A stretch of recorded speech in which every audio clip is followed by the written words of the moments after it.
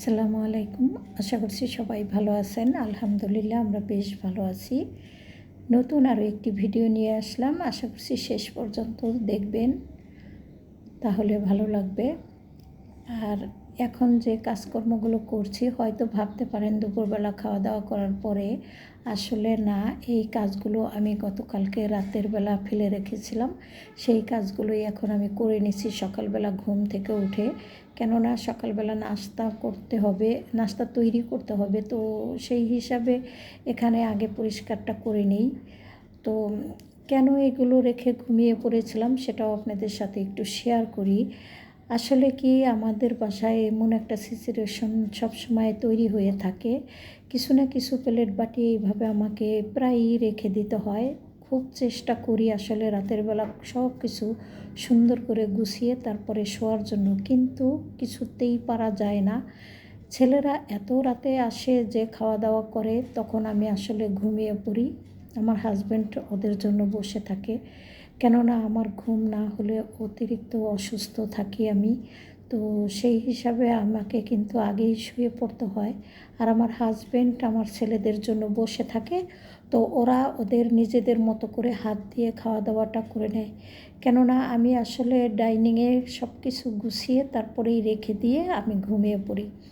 তো ওরা যেহেতু অনেক রাতে খায়, তো সেই হিসাবে সেই প্লেট বাটিগুলো আসলে রয়েই যায়। তো খুব ভোরে উঠেই আমি সেগুলো সারি। প্রত্যেক দিন আর আপনাদের সাথে শেয়ার করি না, মাঝে মধ্যে একটু শেয়ার করে দেখাতেও হয়, তো দেখিয়ে দিলাম। আর দেখতেই পাচ্ছেন টেবিলে কিন্তু অলরেডি নাস্তা ঢেকে রেখে দিয়েছি। আমাদের নাস্তা করা হয়ে গেছে। ছেলেরা এখনও পর্যন্ত ঘুম থেকে ওঠেনি, কেননা ছেলেরা তো অনেক রাত্রে শুয়ে ঘুমিয়েছে, তো ওদের উঠতে একটু দেরি হয়। আমরা কিন্তু অলরেডি উঠে পড়েছি, নাস্তাও করে নিয়েছি। বেশ অনেক দিন পরেই কিন্তু আপনাদের সাথে এই দৃশ্যটা একটুখানি শেয়ার করলাম। আর আমার কাছে তো ভালো লাগে এই দৃশ্যটা, আপনাদের কাছে কেমন লাগে জানি না। আর আকাশে কিন্তু প্রচণ্ড মেঘ এখনও জমে আছে। সকালে আমাদেরও একটু ঘুম থেকে উঠতে দেরি হয়ে গেছে, কেননা আজকে ভোরে বা রাত্রে কিন্তু ভালো বৃষ্টি হয়েছে আমাদের এখানে। জানি না আপনাদের ওখানে হয়েছে কি না, যদি কারো ওখানে হয়ে থাকে তাহলে কমেন্টস করে জানাতে পারেন। আর এই যে দেখতেই পাচ্ছেন গাছে প্রচণ্ড আম ধরেছিল, অনেক আম পড়ে গিয়েছে আসলে, তারপরেও কিন্তু অনেক আম রয়ে গিয়েছে। তো আমার বাসা থেকে কিন্তু এই সমস্ত দৃশ্য খুব ভালোই দেখা যায়। আরও একটা উপকার আমাদের হয়েছে, যেমন প্রচণ্ড গরম, সেই হিসাবে কিন্তু বৃষ্টিতে ঠান্ডা করে দিয়ে গিয়েছে সারা দেশ। আমি কিন্তু রাতের বেলাতে আসলে একটা চাদর গায়ে দিয়ে শুয়েছিলাম, আর আমার গায়ে একটু জ্বরও আছে। আর আরও একটা উপকারের কথা বলি, যেমন ধরেন প্রচণ্ড ধুলা ছিল গরমের সময়, এখন কিন্তু সেই ধুলাগুলো একটু কমেছে। বাসাবাড়ি হয়তো বা একটু পরিষ্কার করে আরাম পাবো। বিশেষ করে আমার আশেপাশে যেহেতু অনেক গাছের পাতার উপরে কিন্তু প্রচণ্ড ধুলা পড়ে, সেই হিসাবে আমার বাসাতেও একটু ধুলা বেশি হয়। তো এই যে দেখতেই পাচ্ছেন বেশ কিছু কাপড় ভিজিয়ে রেখেছি, এবং অফ ক্যামেরাতে সেগুলো কিন্তু আমি ধুয়ে নেব। তো ধুয়েও ফেলেছি কাপড়গুলো। আর এখন আসছি আপনাদের সাথে একটা জিনিস শেয়ার করতে। যেহেতু বৃষ্টির দিন এসেছে, সেই সাথে কিন্তু প্রচণ্ড বাতাসও হয়, তো সেই হিসাবে ক্লিপগুলো আসলে আমার নষ্ট হয়ে গেছে, বা অনেক ক্লিপ ছাদের উপরেতে পড়ে গিয়েছে।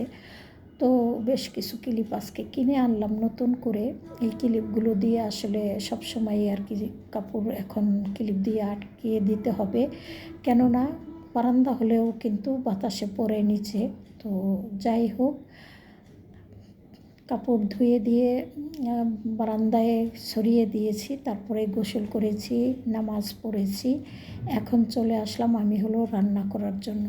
তো রান্না করব কি আপনাদের সাথে টুকটাক শেয়ার করব। তো রান্না করতে অলরেডি রান্না কিন্তু আমি বসিয়ে দিয়েছি। কিছু কিছু রান্না কিন্তু আমার হয়েও গেছে, যেগুলোতে আর কি হলুদ মরিচ না লাগে। এখন যেহেতু হলুদের প্রয়োজন হয়েছে দেব রান্নাতে, তখন দেখি যে বক্সের ভিতরে হলুদ নাই, মরিচ নাই, কিছুই নেই। কেননা এই বক্সটা আমি গতকালকে ধুয়ে পরিষ্কার করে রেখে দিয়েছিলাম শুকানোর জন্য। তো শুকিয়ে গিয়েছে, আমি যে ধুয়ে নিব সব কিছু মানে রিফিল করে নিব সেটা আর খেয়াল ছিল না। তো আমি ভেবেছিলাম যে হয়তো মশলাগুলো আমি এখানে রিফিল করে নিয়েছি। তো যাই হোক, সেগুলো আগে রিফিল করে তারপরেই আসলাম আবার রান্না করার জন্য। তো অলরেডি ডাল কিন্তু আমি এখানে ধুয়ে বসিয়ে দিয়েছি, তবে আজকে কি রান্না করব সবটাই শেয়ার করব। এখানে ডালের ভিতরে মশলা দিয়ে দিলাম আর কাঁচামরিচ, রসুন, পেঁয়াজ।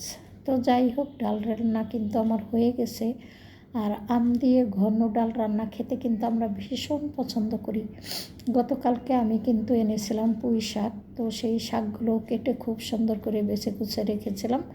ভাবলাম আজকে একটু ভাজি করি। গতকালকে তো মাছ দিয়ে রান্না করেছিলাম, ভীষণ ভালো হয়েছিল, সবাই খেয়ে খুব ভালোই বলছিল। তবে রান্নাগুলো আপনাদের সাথে আমি ডিটেলস কখনোই শেয়ার করি না। তো যদি কখনো আপনারা এইভাবে বলেন যে হয়তো রেসিপি আকারে দেখতে চান, তাহলে আমি রান্নাগুলো খুব সুন্দর করে রেসিপি আকারে আপনাদের সাথে শেয়ার করব। তো যদি ভুল ত্রুটি হয়ে থাকে আমার ভিডিওর মাঝখানে, আপনারা কিন্তু খুব সুন্দর ক্ষমা সুন্দর দৃষ্টিতেই আমাকে দেখবেন। আর আমার ভিডিওতে কমেন্টস করে জানাবেন আমার ভিডিওগুলো কেমন হয়। আসলে আমি কিন্তু আমার ভিডিও আসলে কোনো দেখি না, সেই হিসাবে আমি কিন্তু বুঝতেও পারি না আমার ভিডিও ভালো হয় কি মন্দ হয়। তো আপনারা যদি একটু কমেন্টস করে জানান তাহলে হয়তো আমি বুঝতে পারবো। এখানে ছোট মাছ রান্না করব, একটা আলু দিয়েছি, বেশ কিছু পেঁয়াজ দিয়েছি। তো রান্না ওইভাবে তো ডিটেলস আর শেয়ার করলাম না। এরই মধ্যে আপনাদের কাছে একটা অনুরোধ আমাকে যারাই যতটুকু দেখেন না কেন, শুরুতে একটা লাইক দিয়ে দিন, এটুকু আপনাদের কাছে আমার দাবি রইল। আর যদি আমাকে সাবস্ক্রাইব না করে থাকেন, একটু সাবস্ক্রাইব করে আমার পাশে থাকবেন। আশা করছি পুরো ভিডিও দেখলে আপনাদের ভালো লাগবে। আর টাইটেল থাম্বনেল আমি আসলে সুন্দর করে দিতে পারি না, সেই হিসাবে হয়তো ভিডিওর উপর থেকে দেখে আপনারা কিছুই বুঝবেন না। হয়তো বা যদি ভিডিওগুলো দেখেন তাহলে হয়তো আপনাদের ভালো লাগতে পারে। তো এরই মধ্যে আমি কিন্তু রান্নাবান্না করেছি, খাওয়া দাওয়া শেষ করেছি। এখন হলো বিকেলবেলা, বড় ছেলে বাইরে চলে যাবে। তো বৃষ্টি বৃষ্টি ওয়েদার দেখে আমি কিন্তু আসলে ডাল আমার বাটা ফ্রিজেই ছিল, বের করে রেখেছিলাম। এখন ভাবলাম একটুখানি পেঁয়াজু বা বড়া তৈরি করে দেই। তবে আমার ছেলেরা এইসব খাবার অত বেশি একটা পছন্দ করে না, আবার মাঝে মধ্যে করেও। যাই হোক, ছেলেকে পেঁয়াজু বানিয়ে দিলাম, সেই সাথে আমিও খেয়ে নিয়েছি। আর এখন হলো প্লেট বাটি কিছু ওখানে জমানো আছে, সেগুলো আমি আর কি ধুয়ে পরিষ্কার করে রাখবো। খাওয়া দাওয়া করব, ছেলে বাহিরে চলে যাবে তারপরে। তো এই তো পেঁয়াজও কিন্তু অলরেডি আমার মোটামুটি ভাজা হয়ে যাচ্ছে, দেখতেই পাচ্ছেন। আর পেঁয়াজগুলো খেতে এত সুন্দর ভালো হয়েছিল, কি বলবো, সাধারণ রান্নাবান্না কিন্তু খুব সুন্দর খেতে।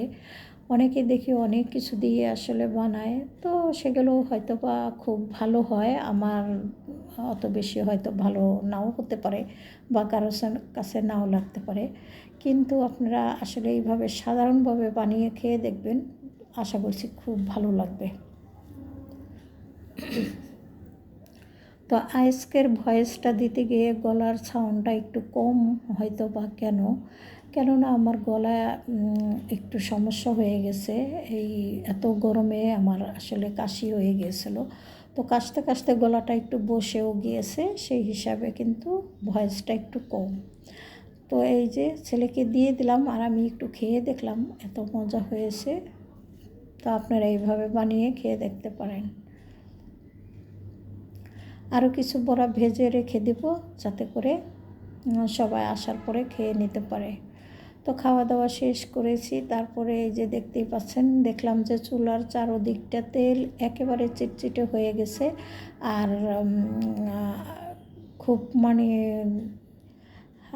আঠালো ভাব মনে হচ্ছিল। তো ভাবলাম যে যেহেতু এখন আমি একটু ফ্রি সময় আছি, বাসায় কেউ নেই, এই সময় হয়তো প্লেট বাটিগুলো ধুয়ে খুব সুন্দর করে গুছিয়ে রাখি, আর পাশাপাশি রান্নাঘরটাও খুব সুন্দর করে আমি পরিষ্কার করে রাখবো। তো এই যে দেখতেই পাচ্ছেন রান্নাঘর, তো আমি অফ ক্যামেরাতে মোটামুটি কিছুটা মেজে নিয়েছি চুলার সাইডটা, আর এখন হলো সিঙ্কের সাইডটা আপনাদের সাথে শেয়ার করব।